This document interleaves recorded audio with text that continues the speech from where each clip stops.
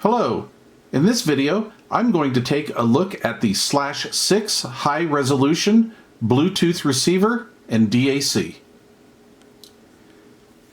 The /6 comes in a very nice little box, form-fitted foam insert there. Included is the USB-C cord. This is a high quality cord, by the way, and this cord is approximately 39 inches in length from tip to tip. We have a high quality optical cable, and this is one of those nice flexible ones. I really like this. This is just a little over 6 foot in length. We have a set of just OEM style RCA male to male, and these are approximately 33 inches in length from tip to tip. And then we get a set of some nice little barrel connectors here, and that is so we can plug those RCAs into the /6. And last but not least, a very clearly written instruction manual.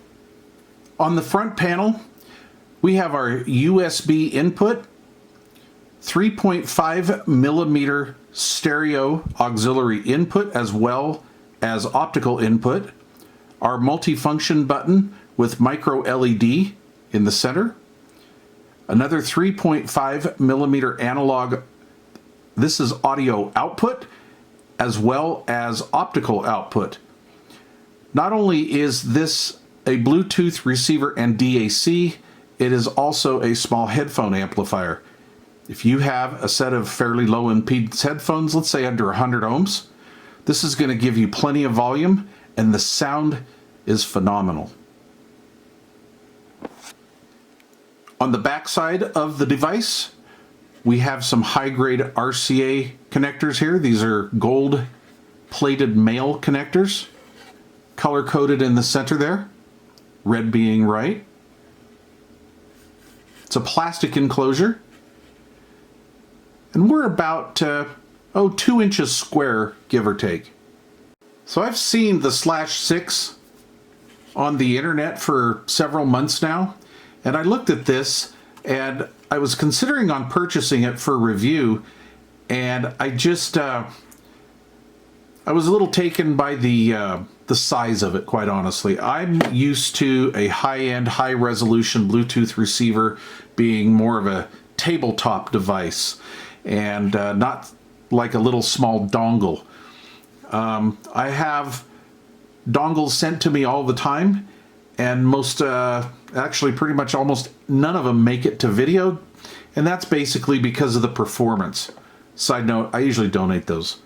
But anyway, Slash came to me and asked me if I would take a look at the 6, and I was a little hesitant, to be honest with you.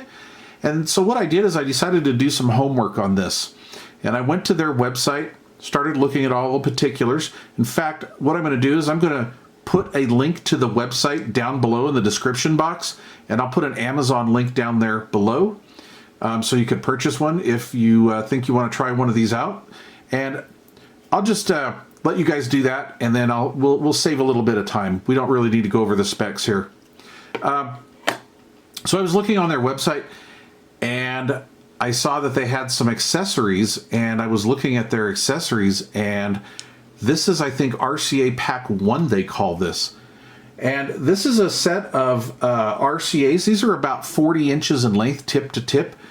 They're separate, so they're not together, molded together or anything like that.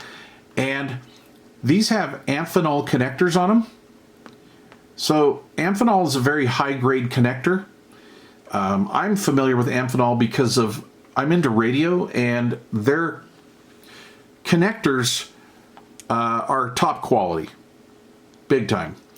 All right, we have Sommer cable here. This is a German-made high-quality cable, and these are, of course, hand soldered on there. And if you were to buy these cables and these connectors individually, by the time you pay shipping and everything, you're probably going to be paying more than the $45 that Slash asks for these.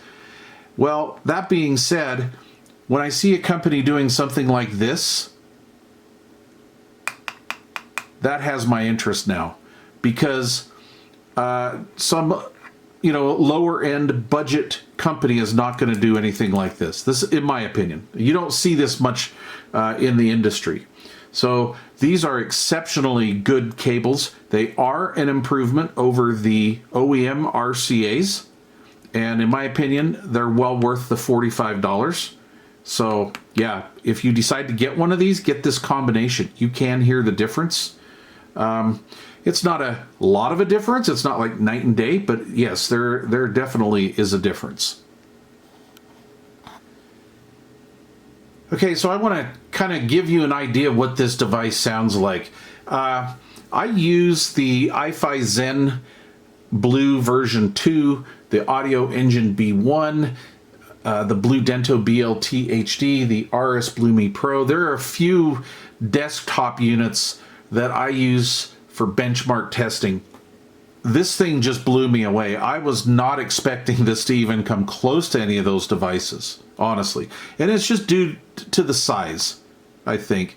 Also, this is kind of an odd duct because it's designed or meant to be plugged into the back of your receiver. And I'm not too sure how I feel about that. And that was something I was thinking about when I was going to buy this piece.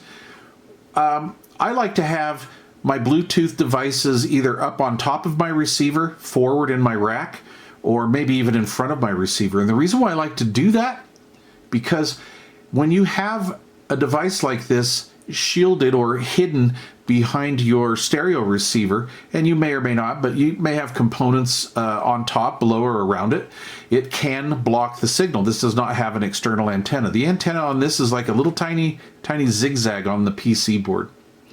So I'm not really kind of into that. RF or radio wise, that can cut down on our range. And I like to walk around the house with my cell phone sometimes, or my tablet. And, when I'm doing housework, I can listen to the stereo, I can adjust things, change tracks, etc., etc. And I don't like dropouts. And so what I did is, there was a method to my madness when I wanted these upgraded cables. I wanted to plug these into my auxiliary input on my receiver, and then I can bring this up front and control it from up front. I'm going to do that for testing more than anything. But if you want to just simply a plug it in, forget it device, is all you have to do is plug this to an auxiliary or a CD or a tape input on your receiver. Plug the USB into it. Get a phone charger and either put it on a power strip or plug it into the back of your receiver. I use old vintage receivers, so most all of my receivers have a switched outlet on the back, and that would turn this on and off every time you turn your receiver on and off. Then it would literally be a kind of a plug it in and forget it type device. Now, that being said, we have some other inputs here. So we have our USB input, and that what turns this into a DAC, meaning I can take and plug this input here into my home computer, laptop, tablet, whatever, and run audio files into this and then analog out RCAs to my stereo. And this is a very, very good DAC. It has all the latest chipset technology and stuff in it. Of course, like I said earlier, all that information is on the company website, and check all that out for you guys that are interested in the numbers, all right? As well as our optical input here. We could plug this into our TV. So like if your TV has an optical output and you want to play music through your stereo, or listen to TV through your stereo, plug an optical line into your stereo, plug it to this input, and then this just plugs into your receiver, and you can do that. You could also use this as a Bluetooth receiver and then use the optical output here and plug this into your outboard DAC. Now, if you have a modern home stereo with, say, optical, analog, and coax, this does not have coaxial output, but I'm just saying, then what I like to do on something like this, especially if it's a product I'm either testing or I'm not familiar with, I will plug the analog output or the RCA output into, say, like auxiliary 1, and then I will plug the optical output of this into optical 1 input and switch back and forth and see what works best for me. Some DACs that are built into audio video receivers are, well, not all that good. And a lot of times the analog out through here in a quality piece will sound better. So it kind of gives us a little bit of flexibility and we can do some testing. Okay, enough of that. How does it sound? Well, I'm blown away by it, quite honestly. The size is, the sound we're getting for this size is just crazy. Again, like I say, I'm used to desktop devices considerably bigger than this, much more PC board area than a device like this. And the chipsets that these guys are using for the Bluetooth receiver and the DAC, they are utilizing them to the maximum. It's just crazy how good this thing sounds. Wise, this is probably one of my new favorites. It's right up there with the B1, and that's the Audio Engine B1 and the iFi Zen Blue version 2. The audio quality of this is just amazing. I would say this is a little bit sharper sounding in the mids and highs than, say, the Audio Engine B1, which seems to be kind of a standard. A lot of folks like to use that as a benchmark. I think this sounds more dynamic than the Audio Engine B1. I also think this sounds a little bit more dynamic and more spatial than the iFi Zen. And this is saying a lot. I got, I'm just crazy. Low frequencies are not extended. They're very natural. Mid-range, mid-bass frequencies are not extended. They sound very natural. High frequencies sound a little bit crisper and detailed, and I really like that. It has a very good sound. Okay, one last thing I want to talk about is the RCA output level here. I want to see about 2 volts plus RCA output or line level output. And I want this higher output because I want this to match my CD player, my DVD player, cassette deck, etc. There's nothing more annoying when you plug a device, whether it's a Bluetooth receiver or DAC, into your home stereo and you go to play said device and it's not nearly as loud as what you just got through listening to. So like if you were listening to a CD and you wanted to go Bluetooth and walk around the house, you turn it over to your selector to like like auxiliary 1, and the Bluetooth receiver is about half as loud as what you were previously listening to. And that's kind of a problem because what happens is in order to get that same volume again, you're going to have to turn your stereo, your volume control knob on your stereo up quite a bit. Well, when you do that, you lose headroom in the amplifier, and then this will not sound nearly as good as it should. So this device has the 2.1 volt minimum RMS output. It actually has a little bit stronger RCA output than some of my test devices or my benchmark devices, and that is great. Now, that is true RCA output. That's just not jacked up or overemphasized high frequencies, because that's kind of what some companies do to try to make up for a lack of RCA output, whether that's intentional or not, but that just seems to be the way it is. So anyway, this, you don't have any of the problems. This will match up to any 70s to current AV receiver or 2-channel stereo receiver. So I'm going to wrap this video up. Before I do, let's talk about pros and cons. Pros, the sound, the audio quality. The audio quality is amazing. We are getting closer and closer to CD audio. Every year we're getting a little bit closer. The DAC in this device is fabulous. I love the DAC. I love the sound of it.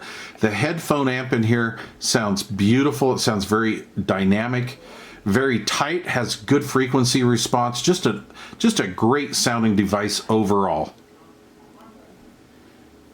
Okay, now the cons. No device is perfect, right? The cons, the size. I'd like to see this in maybe bigger desktop type unit. And the reason why I say this is because if they put this in a bigger desktop unit, then we could take all of these jacks, all of these connections, right here, put them on the rear with the RCAs. But because this is designed in such a way that it's just designed to just plug in to your stereo receiver, we can't do that, right? The USB and all of this stuff would get in the way. You wouldn't be able to plug it in. So it'd be nice to have a little bit bigger device with all of the jacks on the back. I would love to see a tabletop version of this piece. I also plug this in to my iPhone, and I use my little lightning connector. I plug my lightning connector into here, and I can listen to my headphones, my wired headphones, and the DAC circuitry in here, or I can take and plug this into my home stereo.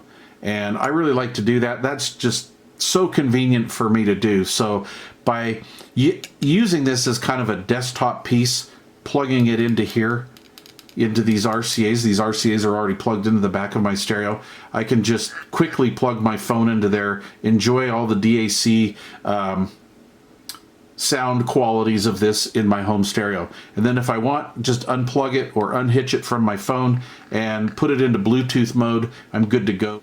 By the way, the LDAC codec sounds phenomenal in this piece. Very, very nice. And as you'll see when you go on the website, it covers all the newest, latest, and greatest codecs. All right. Thanks for watching. Please leave questions or comments down below. If you already have one of these, let me know how you like it. Thanks for watching.